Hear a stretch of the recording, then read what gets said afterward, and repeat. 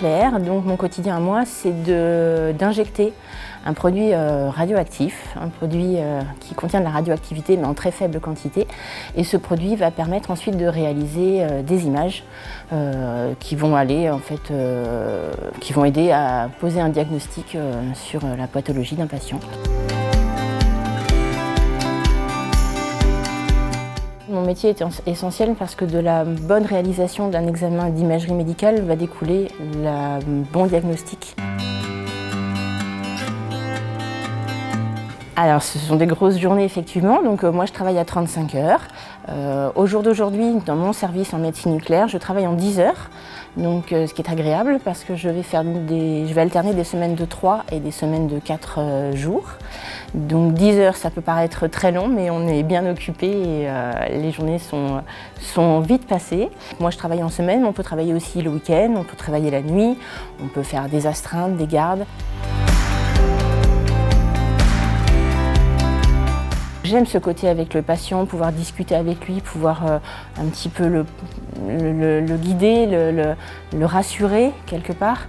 Mais il y a aussi ce côté technique, ce côté machine qu'il faut savoir maîtriser, qu'il faut savoir régler pour optimiser et réaliser un examen de qualité. La formation est très large et on peut effectivement travailler en radiothérapie, en médecine nucléaire, radiologie conventionnelle. On peut évoluer dans les différents secteurs de l'imagerie. J'ai plaisir à aller travailler le matin parce que je me sens utile. Et j'aime aussi aller travailler parce que le travail de manipulateur, c'est un travail d'équipe. On n'est pas tout seul, on est toujours tous ensemble à travailler, à se soutenir.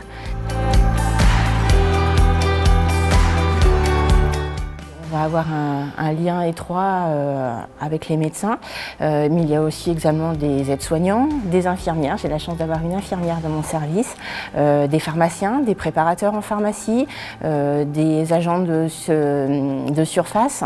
Donc tout ça, c'est un ensemble dans une équipe, un ensemble de personnes qui travaillent autour de nous et on est tous complémentaires les uns les autres.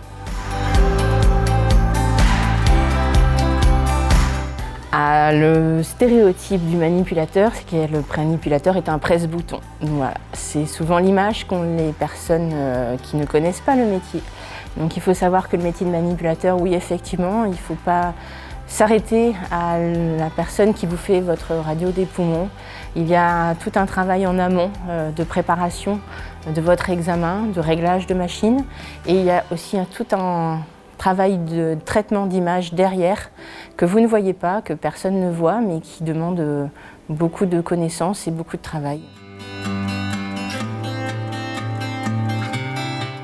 Pour être manipulatrice radio, j'ai d'abord passé un bac scientifique et ensuite j'ai eu un diplôme de technicien supérieur en imagerie médicale, un DTS. Pour être manipulateur, il faut aimer l'humain. Il faut être empathique, il faut aimer le soin, il faut aimer les gens. Notre travail, c'est ça avant tout, on est un soignant. Notre travail, on est soignant et il faut aimer les gens.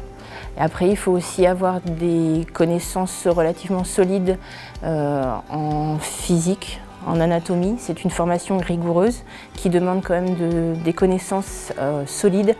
Il faut savoir qu'on est le premier œil à voir cette image qui va être réalisée et si quelque chose nous interpelle, on est le premier lien entre le patient et le médecin